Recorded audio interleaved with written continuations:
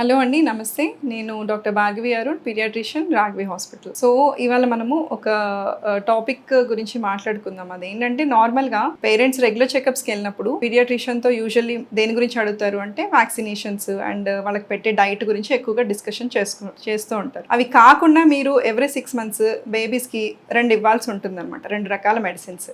అవి ఏంటో కూడా ఒకవేళ మీ పీడియాట్రిషియన్ మర్చిపోతే మీరు డిస్కస్ చేయాలి. అవేంటి అని అంటే ఫస్ట్ థింగ్ వచ్చేసి విటమిన్ ఏ ప్రొఫైలాక్సిస్.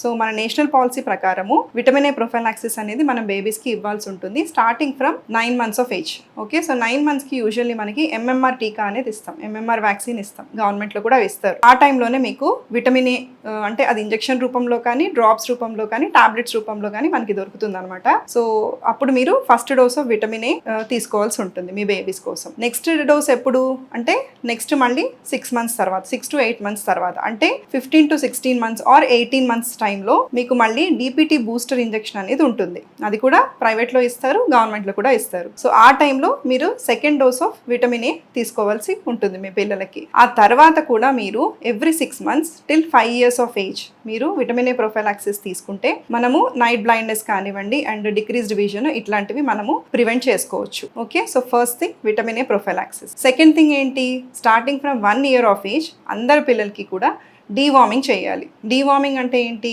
నులి పురుగులు నివారించడం కోసం మనం ఇచ్చే మెడికేషన్, దాన్ని డీవార్మింగ్ అంటాం. సో యూజువల్లీ మనం కూడా నేషనల్ వైడ్ డీవార్మింగ్ డేస్ చేస్తాం. మామూలుగా అయితే February 10th ఒకసారి, మళ్ళీ August 10th ఒకసారి డీవార్మింగ్ డే సెలబ్రేట్ చేసి స్కూల్ వెళ్ళే అందరి పిల్లలకి కూడా ఒక single dose of albendazole tablet ఇస్తామన్నమాట. టాబ్లెట్ కానివ్వండి, సిరప్ కానివ్వండి. సో యాక్చువల్గా అది ఎప్పటి నుంచి స్టార్ట్ చేయాలి డీవార్మింగ్ అంటే 1 year అయిపోయిన తర్వాత.